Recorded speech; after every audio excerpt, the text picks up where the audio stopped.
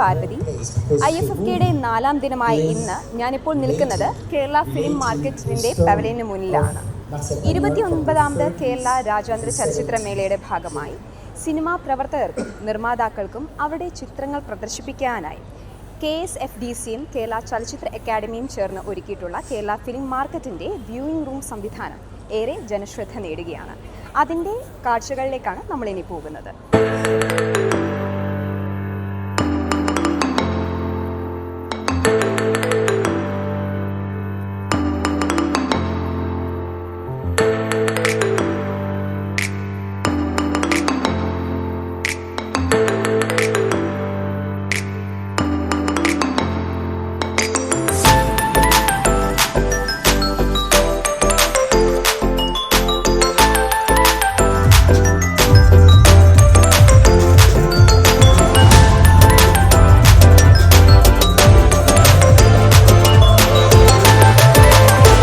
Kerala film മാർക്കറ്റിൻ്റെ junior റെക്കോർഡിസ്റ്റായ Prashant സാറാണ് നമ്മോടൊപ്പം ഉള്ളത്.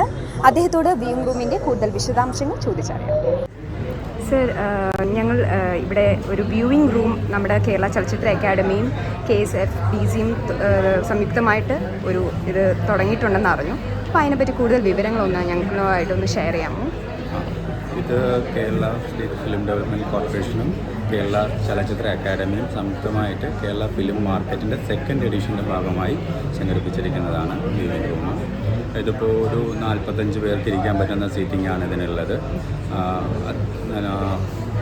വളരെ നല്ല റെസ്പോൺസാണ് ഈ 29th IFFKയുമായി ബന്ധപ്പെട്ടതിന് കിട്ടിക്കൊണ്ടിരിക്കുന്നത്. സർ, അപ്പോൾ എങ്ങനെയാണ് ഇതിൻ്റെ ഡെലിഗേറ്റ് അല്ലെങ്കിൽ രജിസ്ട്രേഷൻ പ്രോസസ്സ് എങ്ങനെയാണ്? ഇതിലിപ്പോൾ രജിസ്ട്രേഷൻ പ്രോസസ്സ് വരുന്നത് അരമണിക്കൂറിന് 500 രൂപ എന്നുള്ള രീതിയിലാണ് ഇതിന് ഈടാക്കുന്നത്. ഒരു വളരെ തികച്ചും ഇതൊരു പ്രൈവറ്റ് സ്ക്രീനിങ് ആണെന്ന് തന്നെ പറയാം. അപ്പോൾ പ്രൊഡ്യൂസറിനോ ഡയറക്ടറിനോ അവർക്ക് കാണിക്കാൻ പറ്റുന്ന ക്രിയേറ്റേഴ്സിനോ മറ്റാൾക്കാരെയോ കാണിക്കാനുള്ള ഒരു സ്പേസായി ഇതിനെ കൺസീവ് ചെയ്യാവുന്നതാണ്.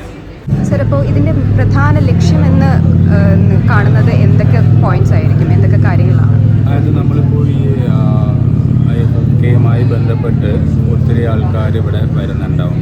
പല രാജ്യങ്ങളിൽ നിന്നുള്ള ഫിലിം മേക്കേഴ്സ് ഉണ്ട്. അപ്പോൾ നമ്മുടെ ഫിലിം മേക്കേഴ്സിനെ അവരിൽ ആരെങ്കിലും ഒരാൾക്ക് ഒരു പടം കാണിക്കണമെന്ന് വെച്ചാൽ അത് കാണിക്കാനുള്ളൊരു സ്പേസ് അനിവാര്യം തന്നെയാണ്. അപ്പോൾ ആ ഒരു വാക്കൻ്റ് സ്പേസാണ് നമ്മൾ ഇതുകൊണ്ട് ഒരു വ്യൂയിങ് റൂം കൊണ്ട് ഫില്ല് ചെയ്യാൻ ഉദ്ദേശിക്കുന്നത്. ഈ വർഷം കിട്ടിയതെന്ന് പറഞ്ഞു. അപ്പോൾ ഉറപ്പായിട്ടും അടുത്ത വർഷം കാണുമെന്ന് പ്രതീക്ഷിക്കുന്നു. എങ്ങനെയാണ് അതിനെപ്പറ്റിയുള്ള കാര്യങ്ങൾ? തുടർന്നും ഇത് എല്ലാ വർഷവും കണ്ടക്ട് ചെയ്യുന്നതായിരിക്കും. അടുത്ത വർഷവും ഇതിൻ്റെ അടുത്ത സെഷൻ ഉണ്ടാവും. ഫിലിം മാർക്കറ്റ് 3 ഉണ്ടാവും. Thank you sir. Malayala cinema സംവിധായകനും തിരക്കഥാകൃത്തുമായ MA നിഷാന്ത് സാറാണ് നമ്മോടൊപ്പം ഉള്ളത്. അദ്ദേഹം ഫിലിം മാർക്കറ്റ് ബോർഡിൻ്റെ ഒരു മെമ്പറും കൂടെയാണ്. അദ്ദേഹത്തോട് ഈ വ്യൂയിങ് റൂമിനെ പറ്റിയുള്ള കൂടുതൽ വിശദാംശങ്ങളും അദ്ദേഹത്തിൻ്റെ പ്രതികരണങ്ങളിലേക്കും പോകാം. കാര്യം സർ, ഞങ്ങൾ പ്രസ് ക്ലബ്ബിൽ നിന്ന് വരുന്ന സ്റ്റുഡൻസ് ആണ്. അപ്പോൾ സർ, ഈ വർഷം മുതൽ വ്യൂയിങ് റൂം എന്ന് പറയുന്ന ഒരു സംരംഭം ഇവിടെ ആരംഭിച്ചു എന്ന് പറയുന്നു. അപ്പോൾ സാറിൻ്റെ അഭിപ്രായം എങ്ങനെയാണ്? സാറിൻ്റെ ഒരു സിനിമ ഇവിടെ കാണിച്ചു എന്നാണ് ഞങ്ങൾ അറിഞ്ഞത്. എങ്ങനെയായിരുന്നു സാറിൻ്റെ വ്യൂയിങ് റൂം? കഴിഞ്ഞ പ്രാവശ്യം ഉണ്ടായിരുന്നു, ചെറിയ സ്റ്റോളായിരുന്നു. ഇത് കുറച്ചുകൂടി വലിയ രീതിയിൽ ചെയ്യാൻ ഞങ്ങൾ തീരുമാനിച്ചു. ഞാനും KSFDCയുടെ ഡയറക്ടർ ബോർഡ് മെമ്പറാണ്.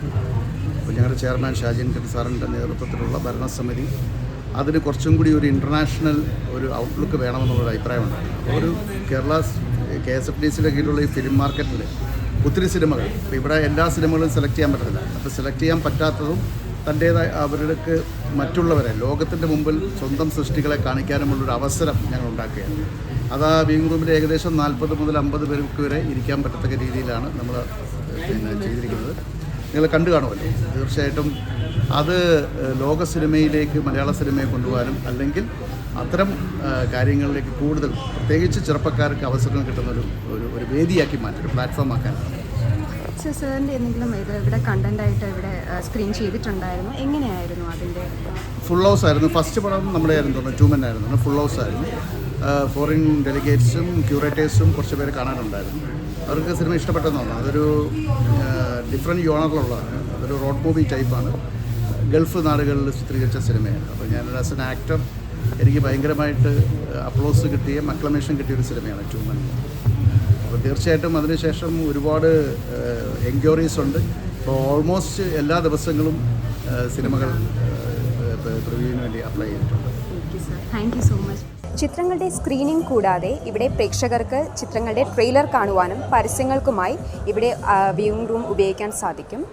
അതുകൂടാതെ തന്നെ ഇവിടെ സിനിമാ പ്രവർത്തകർക്കാണെങ്കിൽ 500 രൂപയും കേരള ഫിലിം മാർക്കറ്റിൽ രജിസ്റ്റർ ചെയ്തിട്ടുള്ള ഡെലിഗേറ്റുകൾക്കാണെങ്കിൽ 45 മിനിറ്റ് സൗജന്യമായും ഉപയോഗിക്കാൻ സാധിക്കും. ഡിസംബർ 11 മുതൽ 20 വരെ നടക്കുന്ന ഈ കേരള ഫിലിം മാർക്കറ്റിൻ്റെ പവലിയനും ഇവിടുത്തെ വ്യൂയിങ് റൂമിനും നല്ല പ്രതികരണമാണ് ലഭിക്കുന്നത് എന്നാണ് സംഘാടകരിൽ നിന്ന് ഞങ്ങൾക്ക് മനസ്സിലാക്കാൻ സാധിച്ചത്. ഇനി കൂടുതൽ വിശേഷങ്ങളുമായി അടുത്ത പോസ്റ്റിൽ കാണുന്നവരെ അണ്ടിൽ ദെൻ ബൈ.